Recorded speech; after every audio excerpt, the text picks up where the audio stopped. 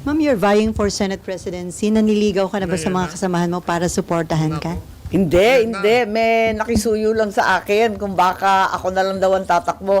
Palagay ko, ang gusto lang nila, makipag-umpugan ako kay Tambaloslo.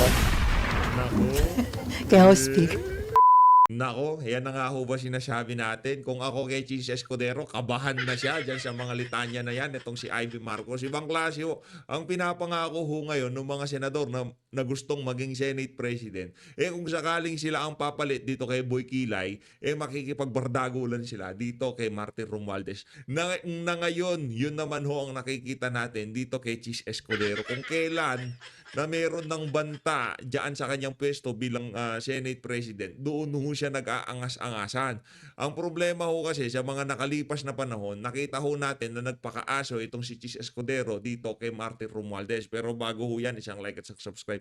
Masaya na ho tayo dyan sa mga gusto sumali sa ating community. Yung join button, nandyan lang ho sa baba. Ayun na nga, tama ho ang ating suspecha na isa itong si Amy Marcos sa mga senador na pumupustura na pumalit dito kay Chis Escudero sa pagpasok ng 20th Congress. Base ho yan mismo dito kay Amy Marcos dyan sa naging press con niya kahapon. Pero bago ho yan, pasadaan ho muna natin itong post nitong si Ma'am Kipi. Base ho dito sa post niya na to, UP College of Law, kinalampag na Senado hinggil sa impeachment versus BP Sara. Yan na nga ho ba sinasabi natin. Bakit itong mga ano na to, itong mga scholar ng bayan na to, yung UP College of Law na to, nung pinag-uusapan natin, tama naman ang punto de vista dito nitong si Ma'am Kipi. Ang sabi ko niya, yung cases for GAA budget, PhilHealth budget, at yung flood control project, 4 trillion pesos plus debt without any major infrastructure. Nasaan ang UP College of Law? Bakit hindi kayo nagsasalita? Yan ang nga ba problema dyan sa mga ano na yan dyan sa mga bida-bidang mga taga-UP di ba? Doon sa issue ng yung GAA, yung kulang-kulang na BICAM report, hindi kayo nagsasalita. Yung pagtapyas sa pondo ng Department of Education, hindi kayo nagsasalita. Yung subsidiya na dapat ilagay sa PhilHealth, di kayo nagsasalita. Yung PhilHealth budget na kinuha at hindi natin pinanggawa pala ng karsada para daw may daanan ang ambulansya, sabi nitong si Claire Castro, hindi kayo nagsasalita. Tapos dito sa impeachment ni VP Sara na kung saan nagsalita na ang majority ng mga Pilipino na ayaw nila tong impeachment na to. Ito naman ang tinutulak nyo. Kaya kayo napupulaan, partida ha. Ang pera ang pinang-aaral ho ng mga estudyante diyan sa UP, scholar nga ng bayan Galing ho sa sambayan ng Pilipino, pero yung interest na kung saan dapat nilang itinutulak diyan sa mga ilinalabas nilang press statement na yan, hindi ho nangyayari. Interest dapat na sambayan ng Pilipino ang tinutulak nitong UP College of Law na to. Ang nangyari parang naging anti-Duterte College of Law dapat ang itawag natin dito sa ano na to. Dapat anti-Duterte College of Law. Hindi anak ng toka, University of the Philippine College of Law. Kabalbalan ho ito. 4 trillion na utang ng Pilipinas. Hindi ho sila nagsasalita without any major infrastructure. Utang lang ho ng utang tong administration. Di ho sila nagsasalita. Nasaan ho yung UP College of Law? Nung kinuha ng administration yung pondo ng PhilHealth na para sana sa mga mahihirap nating kababayan na walang pambayad ng hospital bill. Hindi ho sila nagsasalita. Anak ng toko. Tapos dito sa impeachment na kung saan ika nga nitong si Kong Marcoleta, ni isang buhay ng isang Pilipino hindi magbebenepisyo diyan sa impeachment na yan. Yan ang ini-SS nyo. Mga walang niya kayo. Magsi-drop out na lang kayo. Magsi-drop na lang kayo dyan sa UP College of Law na yan. Anak ng toko. Yung mga dyan, yung mga kung sino man ang promotor dyan sa statement na yan, mag-resign na ho kayo. Napaghahalata ho kayo na masyado kayong ika nga nagpapagamit sa mga politiko. Si kanino bang interest kung sakaling ba impeach si BP Sara? Mga dilawan. Hindi na ho kay Tambaloslos. Si Tambaloslos, yan? Ang politiko. Hindi ho tayo believe dyan kay Tambaloslos na magaling na politiko yan. Hindi ho siya magaling. Kasi kung magaling talaga siya, dapat hindi niya natinulak yung impeachment na yan. Kasi hindi lang ho ang himahe ng House of Representatives ang nayurakan dito. Pati ang himahe ng kanyang pinsan publicly sinasabi niya na ayaw ko ng impeachment, ayaw ko ng impeachment. Hindi pwede. Kung ayaw mo, hindi matutuloy yan in the first place. Gusto mo yan. Anak mo nga ang pinakaunang pumirma dyan. Sinong nagbebenepisyo sa mga kaganapan ngayon na yan dyan sa impeachment? Ang mga pinklawan at dilawan. Hindi naman yan si yan si Tambaluslos, yan si Martin Romualdez. Hindi alam na rin nila. Alam na rin nila, yung mga congressman na yan, pasimple na lang, base doon sa naging outcome ng election, pasimple na lang na pinupush nila ang impeachment, pero malamya na yung pagpupush nila. Kita nyo naman, kung talagang push lang yan, maya meron silang press con dyan sa House of Representatives. Kung baga, masabi na lang na trinabaho na natin, yarin lamang nagtrabaho na tayo, nakipagbalagbagan na tayo, nag-hearing na tayo. Sige na, ano na natin, ika nga itulak na natin kahit pa paano, pahapyawan na natin. Pero sa totoo ho niyan, pati mga congressman, ayaw na rin ho nila ng impeachment. Pansinin nyo na lang, di ba? Dapat maya merong impeachment dyan, ay merong press con dyan. Linalatag nila yung mga, kung ano yung mga ilalatag nila dyan sa impeachment trial ni VP Sara. Pero wala na hong ganun. Wala nang mga masisigasing na congressman na talagang nagsasalita na dapat matuloy yan. Dapat ganito, ganyan yan. Alam na rin ho nila na hindi popular sa ating mga kababayan. O tapos itutuloy pa nila. Malaki hong malaking problema yung impeachment na yan kung sakaling matuloy. Hindi lang sa political career ng mga magiging prosecutor, maging dito sa administrasyon ni Marcos Jr. at dyan sa pamunuan ng House of Representatives. Ayun na nga, dumako na ho tayo sa press con nitong si Amy. Gusto lang ho nating makibalita kung ano yung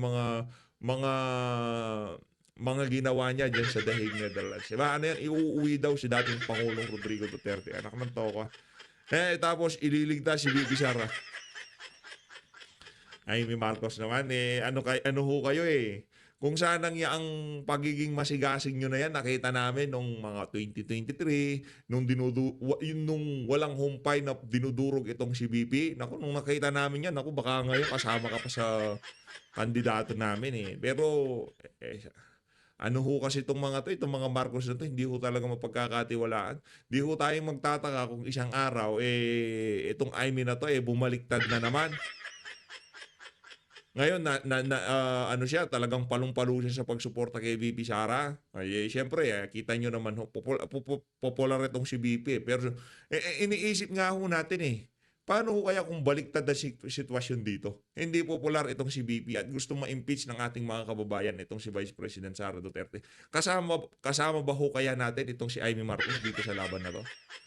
Di ba? Yung mga maiingay ngayon, yung sinasabi nila na hindi natuloy yung impeachment, ganito kasi ganyan, hindi tatawid yan, lang yan, nagkawatak-watak lang tayo, di ba?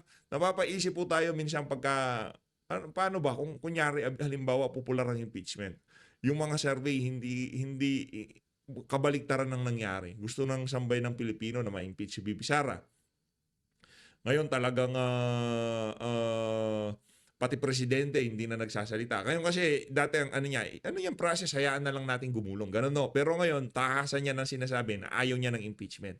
Kasi talagang naapektuhan ho ang kanyang administrasyon dito sa impeachment. Mga bangag kasi, kung ano-ano pinag-iisip. Ngayon, ang tanong ho dito, yung mga nagsasabi na hindi dapat tumawid yung impeachment, kasama ho ba natin ngayong mga panahon na to? Kaya mag-ingat ho kayo doon sa mga personalidad na inyong pinapakinggan kaugnay dito sa impeachment na to. Kasi tayo dito, matuloy, hindi matuloy, maging popular, hindi maging popular, tayo nasa likod nitong si Vice President Sara Duterte. Hindi ko kagaya ng ibang mga political personalities dyan, dahil lamang yung survey, ayaw ng sambay ng Pilipino, gusto na ho nilang tapusin, gusto na nilang i-dismiss yung impeachment na yan. Ito, pakinggan natin itong si Amy Mangga.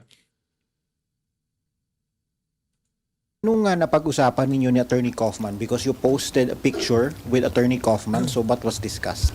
Well, first time ko siya ma-meet, kaya meet and greet lang kami at nagkamustahan lang kami doon at sinubaybayan pala niya yung ating mga hearing dito sa Senado at nagpasalamat tungkol sa nangyari kay Tatay Digong.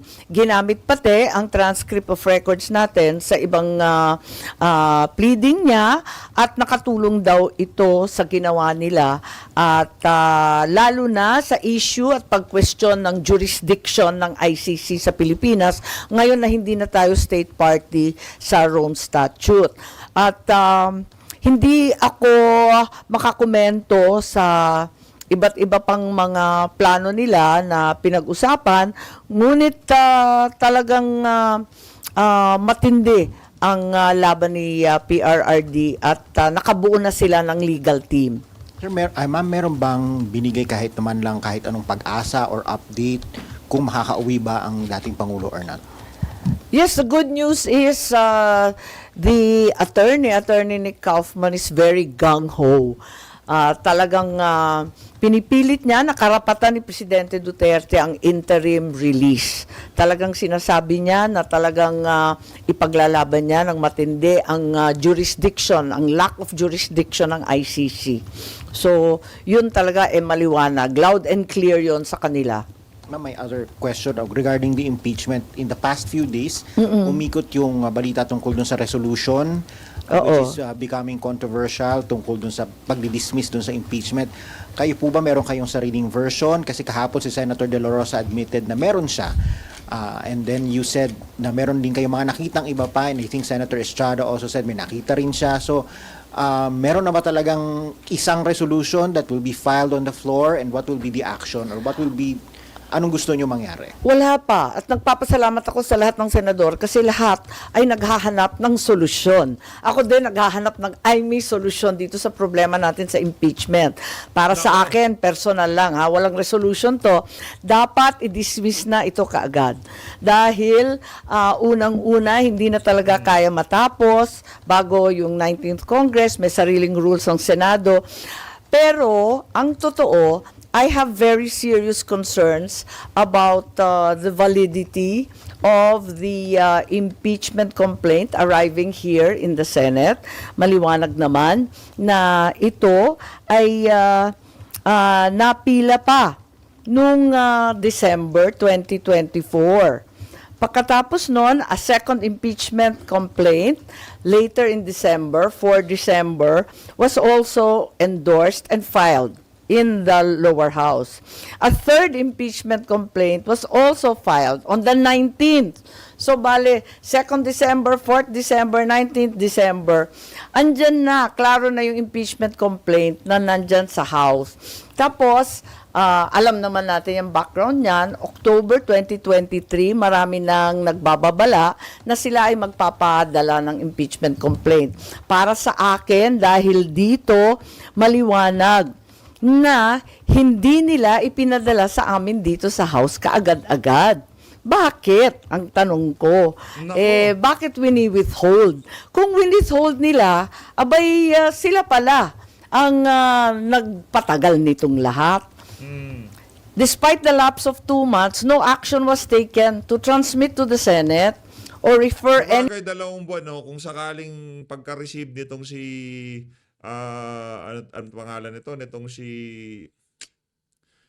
Shekjen, tinransmit kagad sa Senado. Yung 2 buwan na yun, medyo marami na silang matatalakay. Tapos ngayong mga panahon na to, magbabagsak na ng verdict dito kay VP. Di issue yung pagtawid ng impeachment from 19 to 20. Kasi naumpisahan na mahabang panahon na napag-usapan di ba? Ngayon hindi pa nga nauumpisahan Gusto na ho nilang tigihin. Any of the first 3 verified complaints. Only on the 5th of February, a 4th impeachment complaint was endorsed and signed and finally sent to the Senate. So, para sa akin, kinakailangan alamin kung tama rin ang ginawa ng Kongreso. Sinasabi nila dinelay ng Senado. Ang akin, teka muna, sino ba talaga ang nag-delay niyan? At ngayon, violative na of the 1-year ban on filing impeachments. Ma'am, do you think it will cross over to the 20th Congress? Hindi nga ako naniniwala dyan kasi may ruling naman, may rules ang Senado. All pending matters and proceedings shall terminate upon the expiration of 1 Congress, may be taken up by the succeeding Congress as if presented for the first time. Klaro naman sa atin, kapag nagtapos sa June 11, ang 19th Congress, dapat mag-file ulit ang House of Representatives ng panibagong articles of impeachment. Tulad ng lahat ng ating mga batas, umaabot ng third reading, pag kinapos ang oras, back to square one. Ma'am, anong sagot nyo dun sa mga sa UP Law faculty, I think Senator De Lima, Senator Rilon, all of these other people who are insisting that you should conduct the trial in accordance with the Constitution dahil nga sabi forthwith? Palagay ko, mas importante sa iisang salita na forthwith, ang malawakang kapangyarihan na binibigay ng ating saligang batas sa Senado. So, sa palagay ko, maraming otoridad na nagsasabi hindi pwede at ginagalang natin sila, pero sa kabila nun, ang pinakamaliwanag, ang Senado, ang may kapangyarihan magdesisyon kung ano talaga. Para sa akin, kaduda-duda ang validity, ang tamang pagpadala at endorsement ng Congress. So, depende yan. Mauuwi sa botohan. Dahil alam naman natin, ang impeachment, hindi naman siya legal. It is a fundamentally political process. And it is an effort by politicians to find accountability, di ba? Kaya, ayun, ang kapangyarihan nasa kamay talaga ng Senado. Ma'am, sabi nyo, dapat ma-dismiss na agad itong impeachment.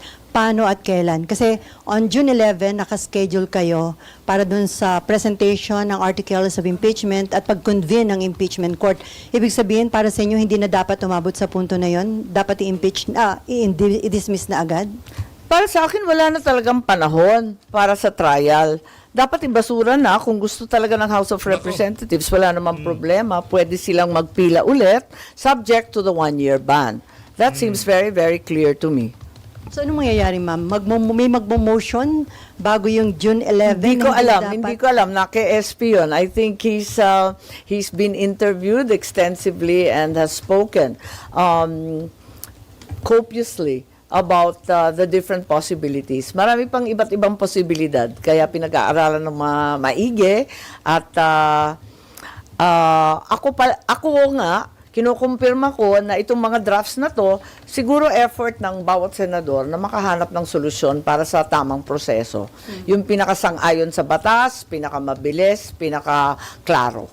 Kasi may mga nagsasabi na anumang legal issues o anumang issue concerning impeachment, dapat pag-usapan yun kapag nag-convene na kayo as impeachment court. Parang hindi nyo pwedeng pag-usapan during your plenary session, yung legislative session. Oo, maraming nagsasabi noon, pero yung pakiwari ko kasi, yung validity mismo na pagpapadala ng House of Representatives sa amin, kine-question ko eh. Kasi, bakit ganon? Postpone sila ng postpone, tapos hinuli talaga sa last day. Tapos kami ang sisisihin, nagde-delay. Teka nga, tignan ninyo yung mga datos. So, ma'am, sa inyong office, na-establish nyo na invalid yung na-transmit o na-submit na articles. Well, isang argumento yon. Maraming ang argumento. Kaya nga, inaanyayahan ko na mag-caucus ang lahat ng senador para maisaayos. Kasi narinig naman natin, iba naman yung opinion ng ating minority leader, si Senator Ontiveros. Pagkatapos may sariling kaisipan rin, si Senator Tolentino, nagdebate na sila sa floor. Hindi na kami sumali pagkat ang bawat senador may ibang ideya rin. Dun sa ilang mga resolution seeking dismissal ng impeachment complaint against BP Sara, aside dun sa office ni Senator Bato, sino pa po yung merong resolution? Hindi ko alam. Marami kasing draft na pinapakita sa amin. Pero at office kanya-kanyang niyo walang ideya. sariling draft. Yung office niyo Actually, pagkatapos nun, meron pa eh. Marami pang iba eh. pero lahat from the office of Senator Bato? Or No. Iba-iba. Ay, hindi ko nga alam kung sino. Kasi nga, minsan, di ba nag-uusap-usap kami sa floor, tapos ilalatag, isusulat kung anong maayos. So, may iba pang... Joint effort lahat. May iba pa pala, Sen? Ay, oo, Ilan marami na na. yung nakita nyo? Yung linabas sa media, parang ikatlo na yata yun. Tapos mula noon, meron pa akong nakitang iba. Dalawa pa yata. Ma'am? So, may 5 kayo, ma'am, na Ha? nakita? There are at Hindi least ko na 5. maalala. Hindi ko na maalala. Kasi yung iba, bahagya lang. Di ba, nag-e-effort mag-draft. Ganyan naman talaga ang lawmaking. Pero ma'am, sinong Ay, sige. Sorry. So, parang, Sen, sabi nyo, Group effort. Parang group effort based on chismis. Pero Sounds sinong nasa familiar group? ba? Ma'am, Nauso yun eh. Ano yung Sinong Duterte nasa Black group? ba, ma'am? Yung may Hindi. group effort? Hindi. Sorry ma'am, iano ko lang Sen ha. So parang third na kasi Hindi. nakita ninyo. Alam mo, tuwing may panukala, lahat talaga tulong-tulong. Ganon talaga yun. At walang kinalaman sa partido, sa Duterte 5, sa kung sino-sino. Talagang lahat ay interesado. Kailan nyo napansin? Mismo yung admin, sa palagay ko, interesado na mawalang bisa na yan. Kasi kinakabahan din na matalo. Aminin natin. So hindi lang po Aminin natin. Yun naman yun eh. Natatakot din matalo ang admin. Natatakot po sila. Kasi kahit sabihin na hindi, ayaw ng administration yan. Lahat ng mga magsasalita dyan sa trial na yan, mga aso ni Tamba. Pinagtatanggol si Marcos Jr. Tinitignan nilang leader itong si Marcos Jr. Bilib na bilib sila kay Marcos Jr. Sinabi ni Marcos Jr. na ayaw yung impeachment pero tinutuloy nila. Ang nangyari doon? Diba? Normal lang naman ho yan sa administrasyon na to. Kung ano sinabi, yun ang kabaliktaran. po mga Hindi. opo, pero pati mga taga-admin ayaw nang maituloy to, Sen. Kaya kasama sila dun sa Yun lang ang ng mga duda. reso. Yun lang ang suspecha ko. So, ano yun, ma'am? Basta na lang yung... Hindi di ba mas mahirap, mas nakakahiya kapag nagkaroon ng paglilitis at matalo. Kaya siguro may iba iniiwasan na rin.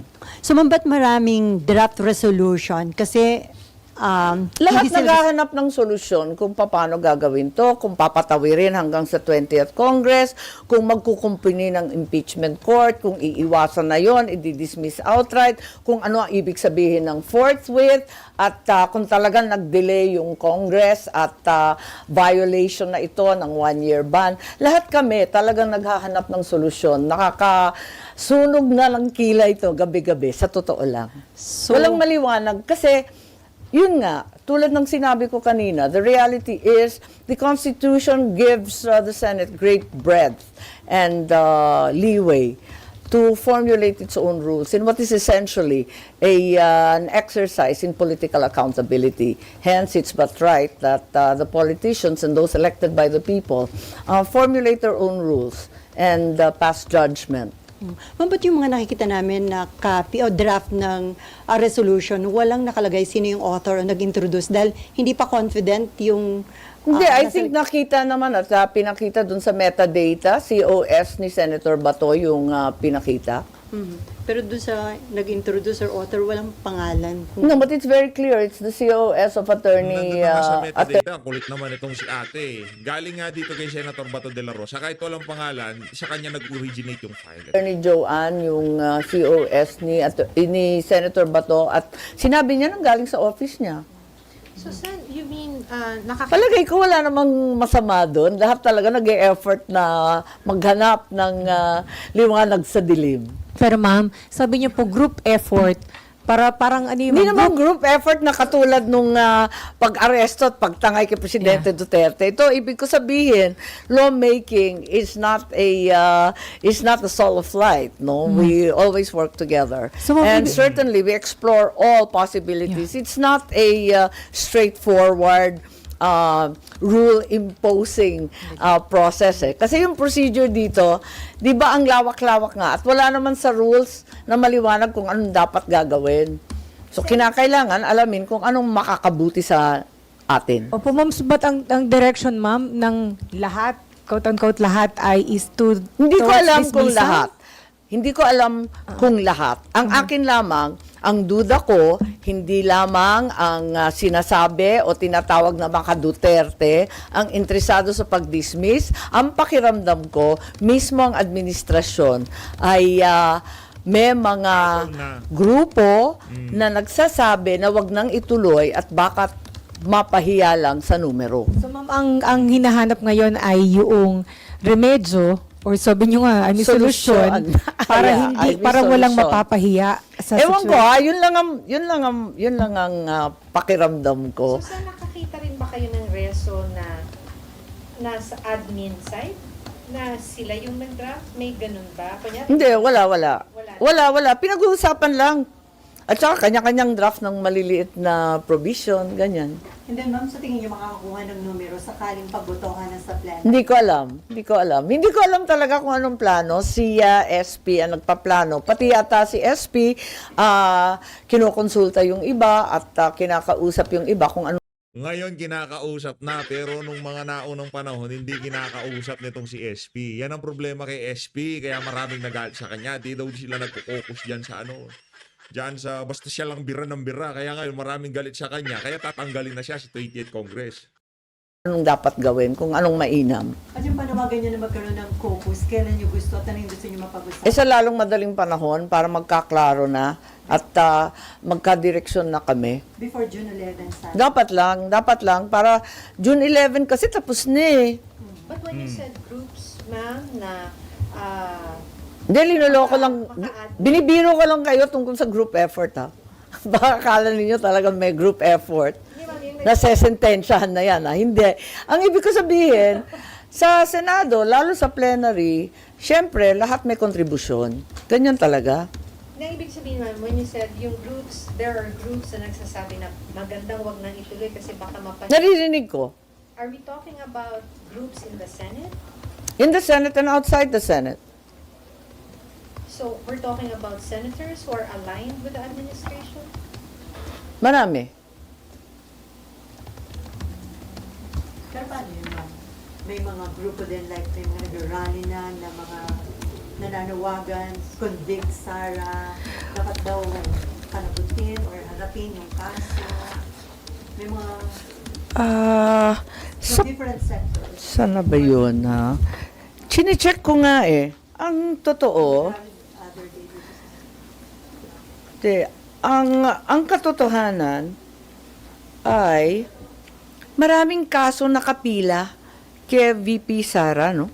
Ang dai-dai niyang kaso at hindi natin masasabi na kumbaga walang accountability. Marami pa rin pananagutan kasi ang dami pa rin kaso. Nakita naman ninyo sa COA, sangkatutak pa ang kaso sa COA, disallowance regarding the confidential funds, nakatenga pa rin yan on appeal before COA Commission. May 3 petisyon tungkol sa confidential funds sa Supreme Court. So tuloy-tuloy pa rin yan. Tapos may COA proceedings sa 2023 confidential funds about OVP, pati na rin ang DepEd. So, hindi kumbaga makakaligtas kung may anomalya man.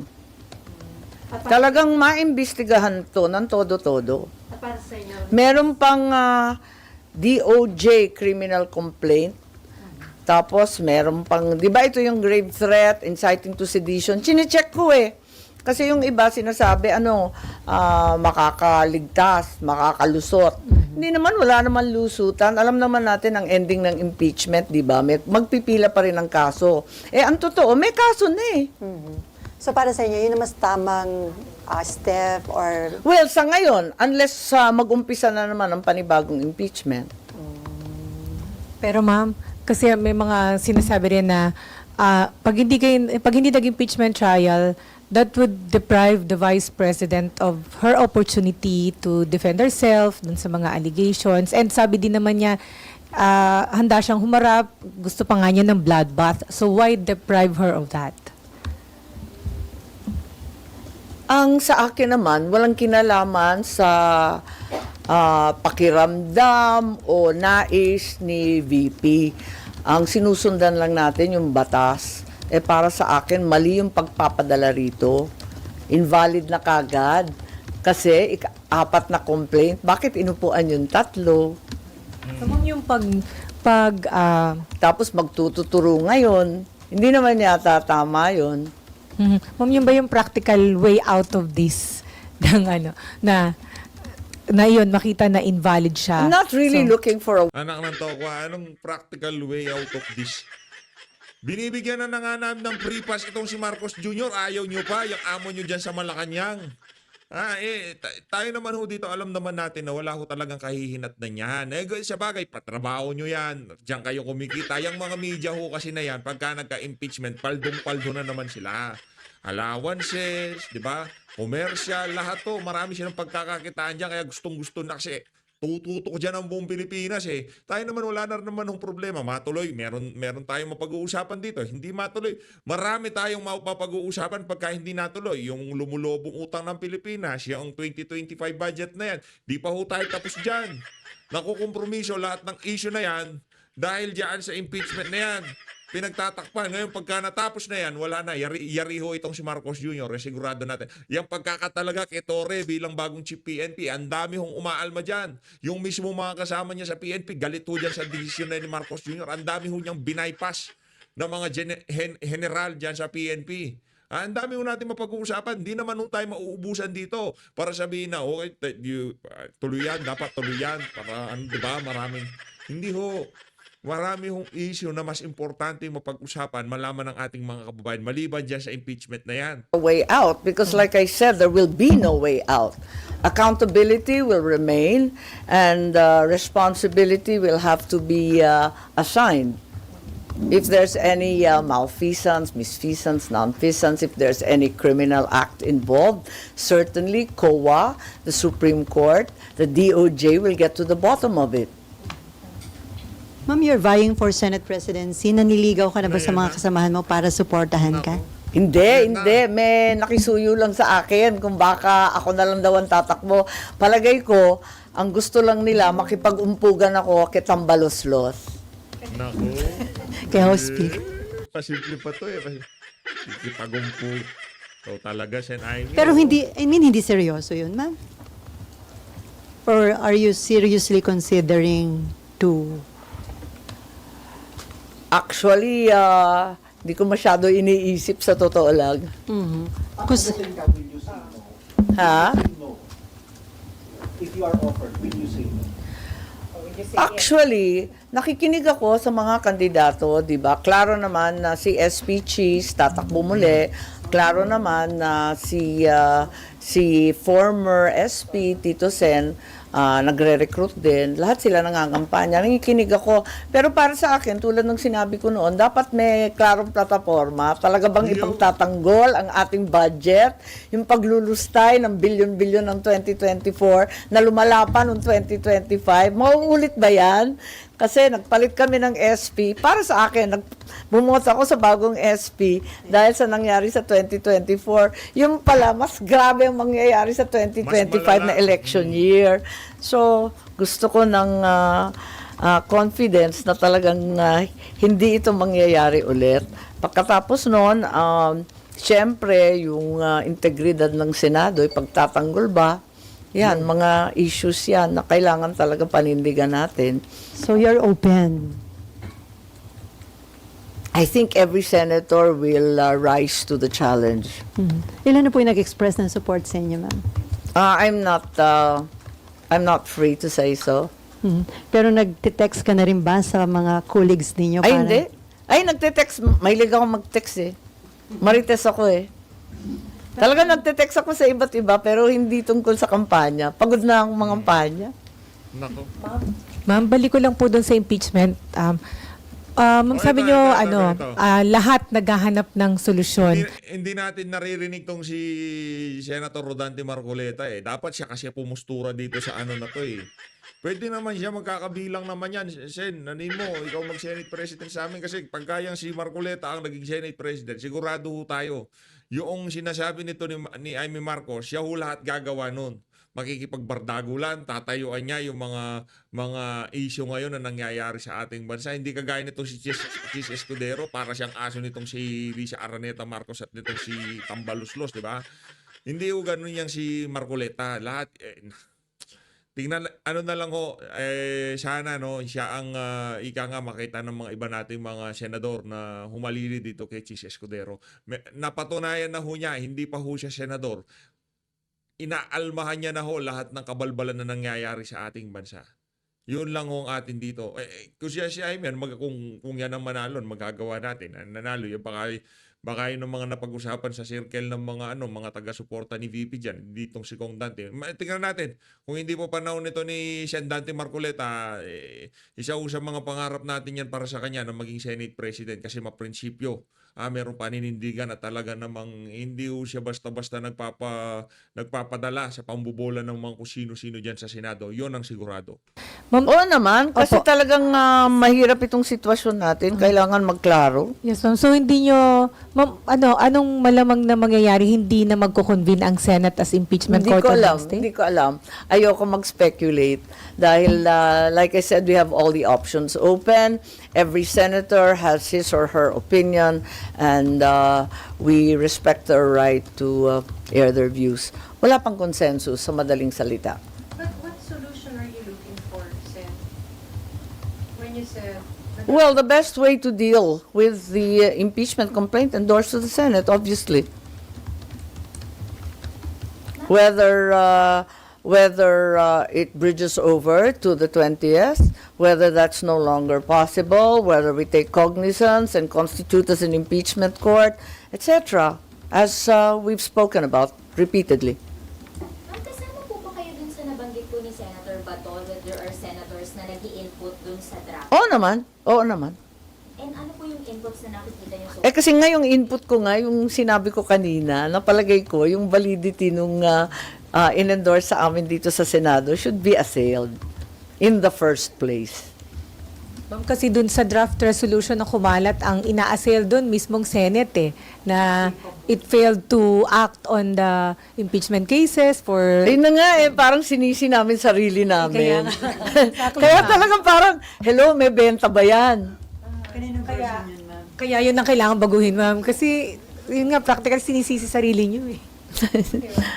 So, Kaya nga Pero ito, hindi naman panahon ng sisihan o turuan, ano. Basta maghanap tayo ng solusyon kung anong magandang gawin at kung alin ang sang-ayon sa batas. So, nakita nyo, walang mangyayaring impeachment trial. Di ko alam.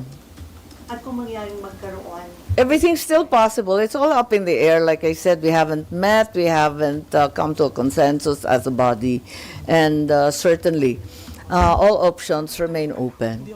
And I think every senator needs to be heard. at kung matuloy ma'am yung impeachment trial, considering yung magiging bagong composition ng Senate sa 20th Congress, laki yung chance ba na ma-acquit or Bilangin na lang ninyo. Sa bilang naman,